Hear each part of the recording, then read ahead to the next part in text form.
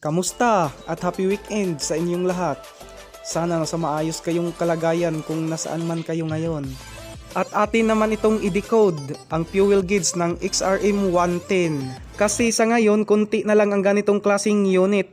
If ay na kasi kadalasan yung sa ating mga nakikita ngayon. So ito yung sa ilalim ng dashboard. Binaklas ko kasi lahat ng pairings nito at nagpaalam naman ako sa may-ari para ating makita kung nagtukma ba itong binigay sa akin na diagram. So ito yung dalawang wire na papunta ng ating gas tank at ito namang isa, yung kulay black, ay papunta ng ating accessory wire.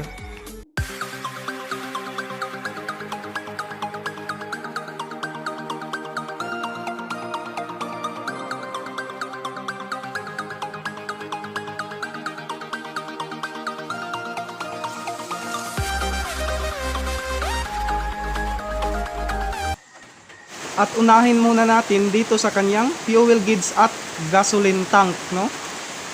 So, una dito muna tayo magsimula sa kanyang ignition switch, no? So, dito sa kanyang ignition switch, may makikita tayo dito na accessory wire, no?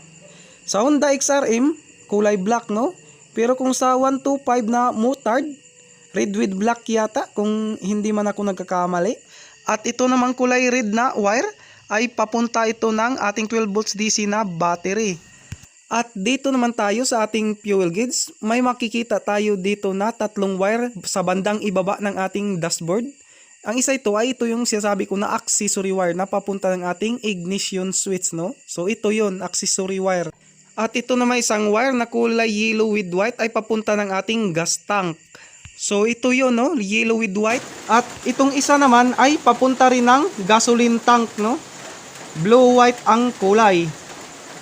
At itong isang wire naman, alam nyo naman kung ano ito kapag may nakita kayo na para siyang antina, no? So ito yung tinatawag natin na negative ground, no? Sa Honda kulay green, sa Yamaha kulay black. At review tayo ulit, no? So ito ang ignition switch, no? Yung sa susian natin. At ito yung sa fuel gauge. At ito naman yung sa gasoline tank, no? Kapag naglagay tayo ng gasolina. At ito yung ating 12 volts DC na battery. At ito naman, ito yung fuse, no? Na papunta ng ating battery. At isabay na lang natin yung kanyang neutral light gear indicator.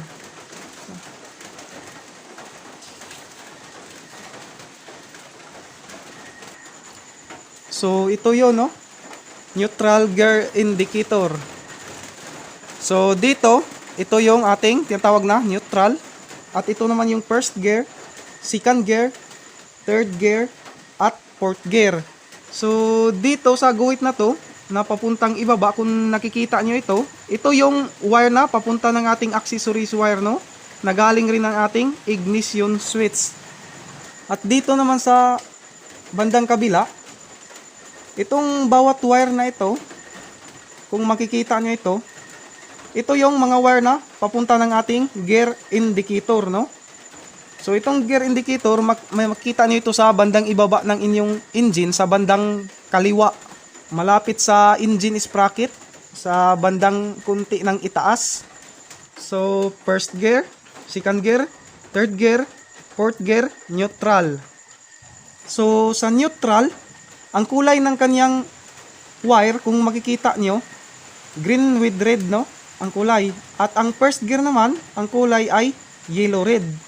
At ito namang second gear, ang kulay naman ay blue with black. At yung third gear ay white with blue. At yung panghuli naman, yung fourth gear natin ay kulay pink, no? So ito yung sa ilalim ng dashboard natin. Itong green with red, ito yung neutral natin. At ito namang yellow with red, ito yung first gear natin. At ito namang second gear ay black with blue. At ito namang third gear natin ay white with blue. At yung sa panghuli naman, yung nakita nyo, yan yung kulay pink na sinasabi ko na fourth gear natin. At itong limang wire na kulay black, papunta po yan ng accessory wire. Pero kung iba man ang nakita nyong kulay, basta ang importante, masundan lang yang natin yung kanyang koneksyon, no? Kung saan papunta. So, bakit nandito ito sa ating dashboard? At napakahalaga naman ito.